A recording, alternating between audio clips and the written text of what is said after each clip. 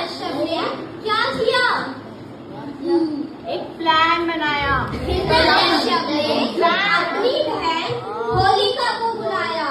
किसको बुलाया? होलिका। होलिका को एक वरदान मिला था कि उसको कोई जला नहीं सकता। क्या नहीं कर सकता? तो हिरण्यकश्यप ने अपनी बहन होलिका के साथ मिलकर एक प्लान बनाया। क्या किया? प्लान बनाया कि होलिका प्रहलाद को अपनी गोद में लेकर आग में बैठ जाएगी और होलिका नहीं जलेगी, क्योंकि होलिका को तो वरदान मिला था और प्रहलाद जलकर मर जाएगा। फिर एक दिन क्या हुआ? आग लगाई गई।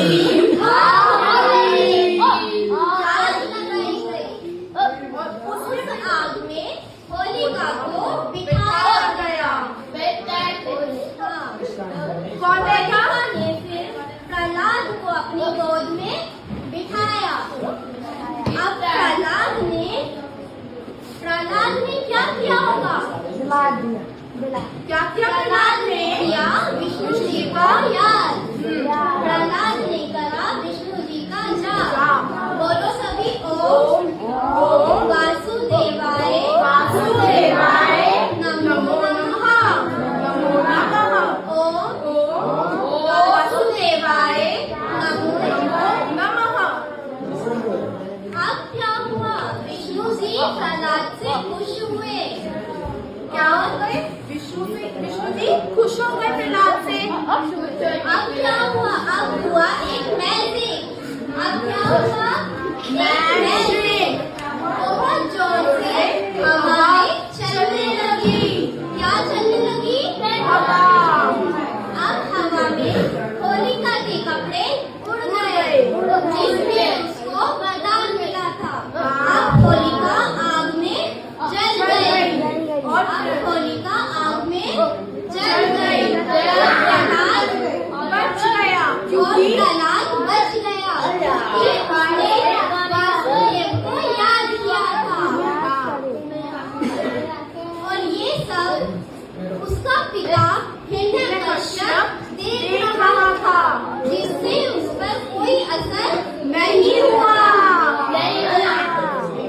और ये सब देखकर हिरण्यकश्यप हैरान हो गया कि होलिका जल गई और प्रहलाद बच गया, क्योंकि वो विष्णु जी को याद कर रहा था। तो इस कहानी से हमने क्या सीखा? क्या सीखा? कोई बताएगा? कौन बताएगा? हमने क्या सीखा? बताओ, क्या समझ में आया? होलिका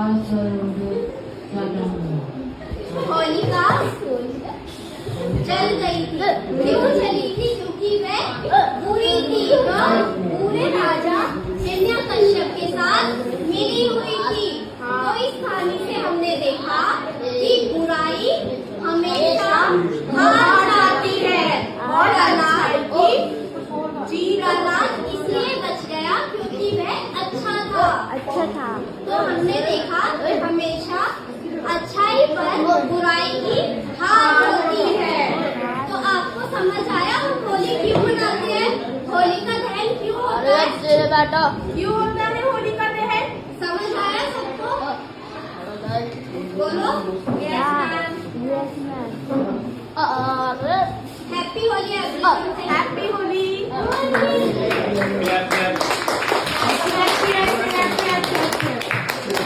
तीन बच्चे की बहन आ गई है।